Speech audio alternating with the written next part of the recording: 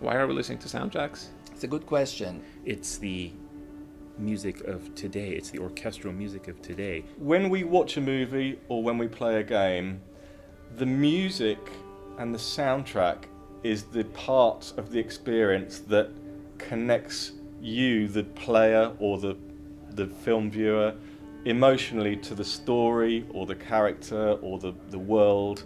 It's music that seems to make that human connection. After seeing a movie in the theater, you can't take it home with you. You can't take, the movie's not available yet. You can't get the script. You can't get a picture from the movie, but you can get the soundtrack. You can get that feeling back that you felt. And so I think it's really magical when you're able to watch a movie, it made you feel something, and then listen to the soundtrack and revisit those feelings. I think to me that is possibly the most powerful thing we're able to accomplish. Soundtracks cause us to imagine, and we like to live in a place that we could close our eyes, listen to something, but imagine pictures. And our imagination is greater than any picture or media or anything. When we close our eyes and we are listening to soundtrack, and it causes us to feel, and we could feel the emotions and imagine the pictures. This is a very strong experience. It puts you back into the film that you were watching. I mean, there's great films soundtracks do. You're immediately kind of there and into it.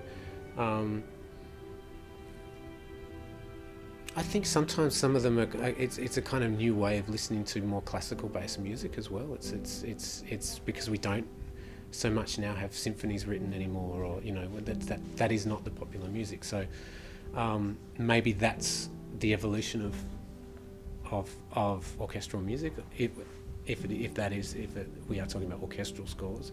There's nothing really like it, and it's really, really beautiful thing how music brings people together. It doesn't matter what language you speak, doesn't matter where you're from. As you've seen here in Soundtrack Alone, there's people from everywhere. We're just all coming together here. Why? Because of music. It's pretty great.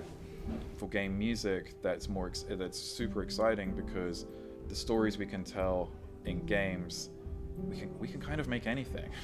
The only real limit is our imagination. It's much easier to create something really crazy in games, because you don't have to go out and hire actors and film and everything.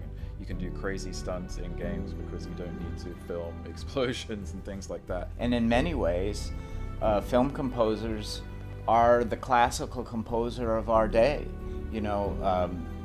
I think John Williams is the Mozart of our day, or the Stravinsky of our day, and so many other guys like Alexander Desplat, or even other people like Matt Quayle, who's here, who does electronic music.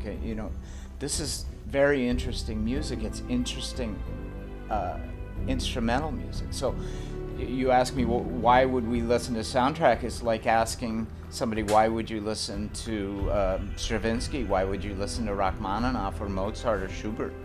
Because it's good. When the classical composers were creating waltzes or music for their Prussian princes, that was the entertainment medium for the day, and their music. So what we consider classical literature, classical canon literature right now, these are the likes of Beethoven and Mozart, it was entertainment music, and that's what film scores are today. It's music to accompany the entertainment medium of today. So it's like saying, why are we listening to Mozart? Why? It's the same thing. It's just the natural evolution of the continuation of the line, and I don't see why we shouldn't be listening to film scores.